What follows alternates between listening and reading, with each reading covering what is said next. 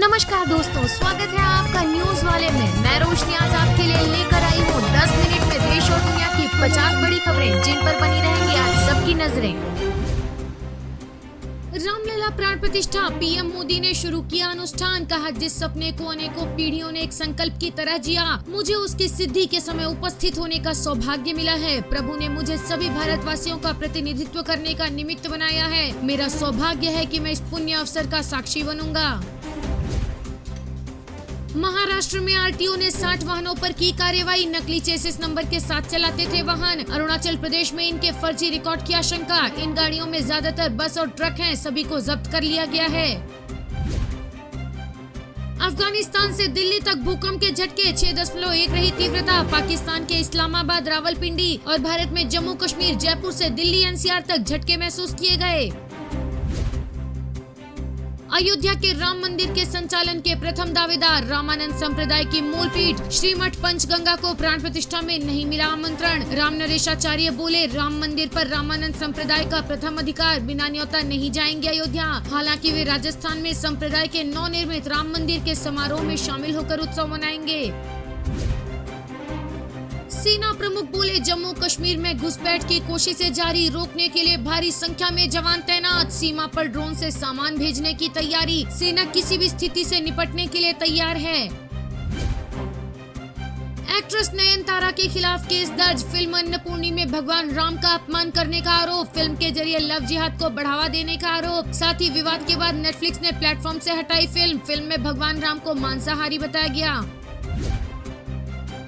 Ease माई trip ने मालदीव की booking अनिश्चित काल के लिए कैंसिल की। कहा, देश पहले बिजनेस बाद में, भारत में शानदार बीच है। हमारे लिए प्रॉफिट से ज्यादा राष्ट्र की प्राथमिकता है। Nation first business letter.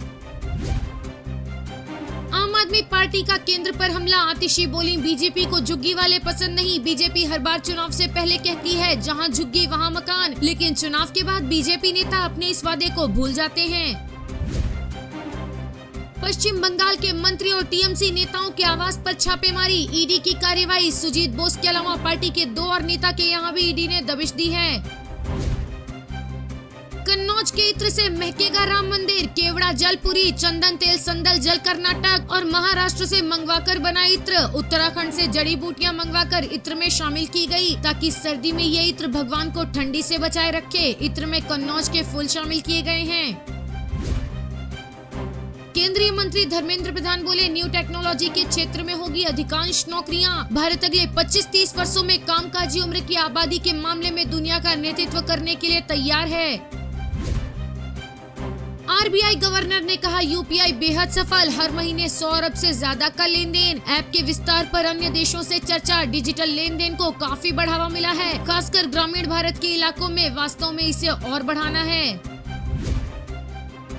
Ayodhya में रामलला की 22 जनवरी को स्थापना के बाद उसका करीब 2 माह तक भाजपा महोत्सव मनाने जा रही है। हर लोकसभा सीट से 6000 लोग अयोध्या भेजे जाएंगे। श्रद्धा एक्सप्रेस ट्रेन चलेगी, जिसका फिक्स किराया 1500 रुपए होगा। रामलला की प्राण प्रतिष्ठा का न्योता ठुकराने पर कांग्रेस छोड़ी, धार में पार्टी प्रवक्ता दीपेंद्र सिंह ठाकुर ने दिया इस्तीफा। कहा, ये निर्णय मन को आघात पहुंचाने वाला और पीड़ादायक है।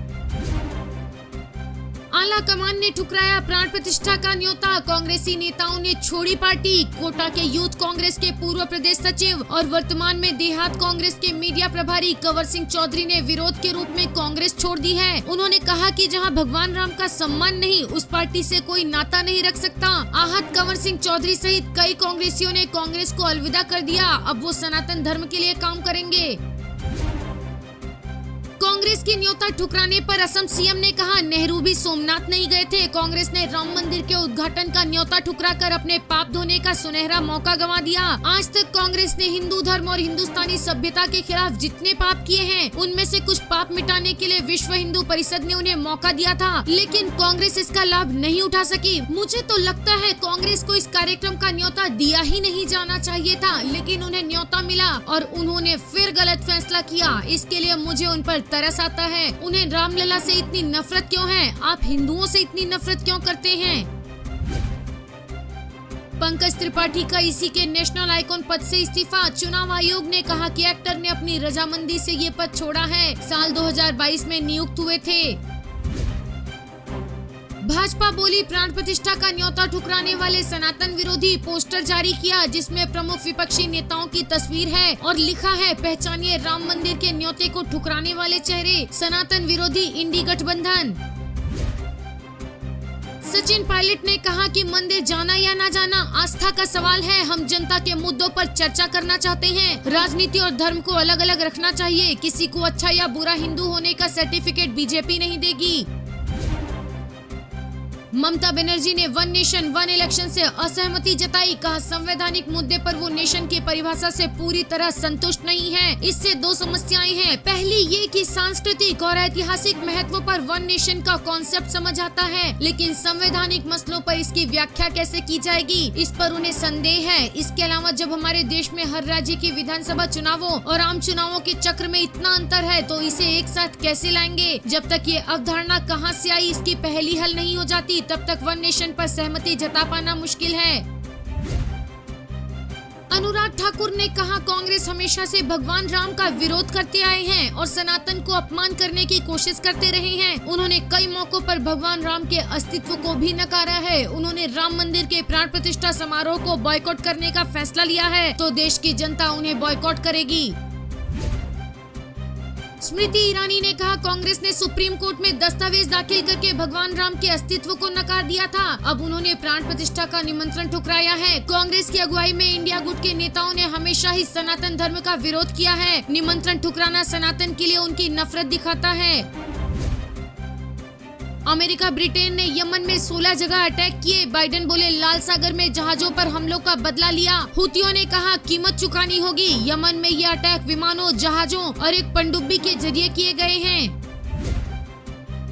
राजस्थान समेत 4 राज्यों में कोल्ड वेव का अलर्ट। सीकर में 0% पारा। उत्तराखंड, हिमाचल में बर्फबारी संभव। कोहरे के चलते दिल्ली में 39 ट्रेनें लेट। राजस्थान के कुछ इलाकों में आज जमीन पर बर्फ की परत भी देखने को मिल सकती है। पापुआ न्यू गिनी में पुलिस हड़ताल पर गई। शहर में लूट मची, हिंसा भड़की, 15 मौतें। संसद में घुसने की कोशिश की। देश में इमरजेंसी लगी। पुलिस वेतन को लेकर संसद के बाहर प्रदर्शन कर रही थी। मुकेश अंबानी फिर बने भारत के सबसे अमीर कारोबारी। 8.46 लाख करोड़ नेटवर्थ के साथ अडानी को पीछे छोड़ा, लेकिन दुनिया में 12वें नंबर पर उनकी नेटवर्थ करीब 23,000 करोड़ बढ़कर करीब 8.46 लाख करोड़ हो गई है। राम मंदिर उद्घाटन के दिन छत्तीसगढ़ में बंद रहेंगे सभी स्कूल कॉलेज। शिक्षा मंत्री ने की घोषणा। अयोध्या में भी राम मंदिर के अभिषेक के अवसर पर सभी निजी सरकारी स्कूलों, कॉलेजों सहित सभी शैक्षणिक संस्थानों में छुट्टी रहेगी। देश में रामलला के प्राण प्रतिष्ठा कार्यक्रम में शंकराचार्यों के शामिल नहीं होने का मुद्दा चल रहा है। स्वामी निश्चलानंद सरस्वती का कहना है कि राम मंदिर उद्घाटन में शास्त्रीय विधा का पालन नहीं किया जा रहा है। उन्होंने ये भी चेतावनी दी है कि उनका कोई बाल भी बांका नहीं कर सकता, इसलिए उनसे टकराने की गलती न की जाए। अरबों एटम बम को दृष्टि मात्र से नष्ट करने की क्षमता हम लोगों में है।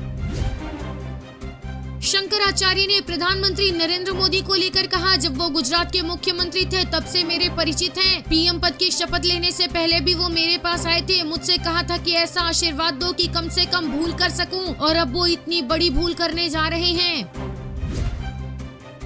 राहुल गांधी ने कहा, मोहब्बत या नफरत, आज वास्तविक मुद्दों से नजरें फेरकर भावनात्मक मुद्दों का राजनीतिक दुरुपयोग किया जा रहा है, जो देश की जनता के साथ छल है। बढ़ती बेरोजगारी और महंगाई के बीच युवा और गरीब पढ़ाई, कमाई और दवाई के बोझ तले दबते चले जा रहा है, और सरकार इसे अमृत काल बताकर उत्सव मना रही है। सत्ता के अहंकार में चूर शहंशाह जमीनी हकीकत से बहुत दूर हो गया है।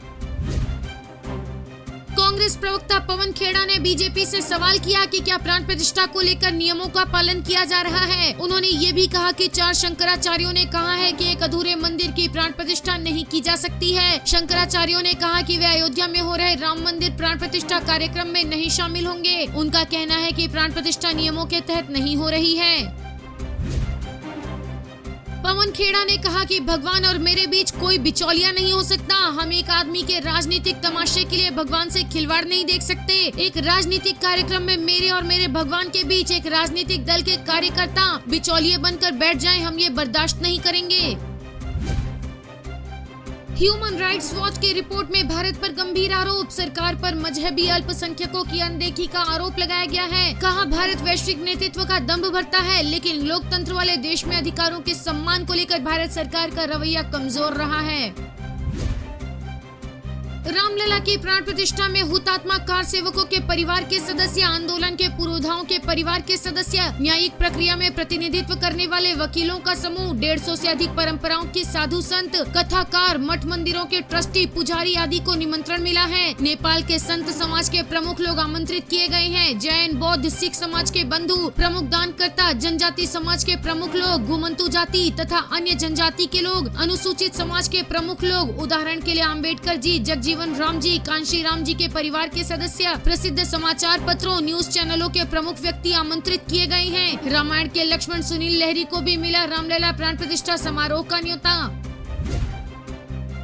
लाल कृष्ण आडवाणी का अयोध्या जाना तय हुआ। वीएचपी ने कहा 22 जनवरी को राम मंदिर प्राण प्रतिष्ठा में होंगे शामिल। लाल कृष्ण आडवाणी की तबीयत को देखते हुए इस बात की बेहद कम उम्मीद थी कि वो राम मंदिर प्राण प्रतिष्ठा में शामिल होंगे। झारखंड के बीजेपी विधायक ने मुख्यमंत्री हेमंत सोरेन को चिट्ठी लिखी। इसमें उन्होंने 22 जनवरी को राम मंदिर प्राण प्रतिष्ठा वाले दिन राज्य में शराब और मांस की बिक्री पर रोक लगाने की मांग की है। पीएम मोदी बोले रामलला की प्राण प्रतिष्ठा के दिन श्रमदान करें। नासिक में पहले रोड शो, फिर काला राम मंदिर में जल अनुष्ठान, पूजा की। उन्होंने कहा 22 जनवरी तक हम सभी देश के तीर्थ स्थानों की मंदिरों की साफ सफाई करें, स्वच्छता का अभियान चलाएं। आज मुझे काला राम मंदिर में दर्शन करने का और मंदिर परिसर में सफाई करने का सौभाग्य मिला है। मैं देशवासियों से अपना आग्रह फिर दोहराऊंगा कि राम मंदिर में प्राण प्रतिष्ठा के पावन अवसर के निमित्त देश के सभी मंदिरों, तीर्थ क्षेत्रों में स्वच्छता अभियान चलाएं, अपना श्रमदान करें। डीआरडीओ ने नई पीढ़ी के आकाश मिसाइल का सफल परीक्षण किया। रक्षा मंत्री ने दी बधाई। परीक्षण बहुत कम ऊंचाई पर एक उच्च गति वाले मानव रहित हवाई लक्ष्य पर किया गया। परीक्षण के दौरान हथियार प्रणाली द्वारा लक्ष्य को सफलतापूर्वक रोककर नष्ट कर दिया गया। आरजेडी के मुस्लिम नेता ने खुले मंच पर पढ़ा हनुमान चालीसा। कहा चंद लोग देश में नफरत फैलाना चाहते हैं। कहा मैं लालू यादव का सिपाही हूँ। हमारे सुप्रीमो अच्छा बिहार बनाना चाहते हैं, लेकिन कुछ लोग धर्म के नाम पर उन्माद फैलाने की कोशिश कर रहे हैं।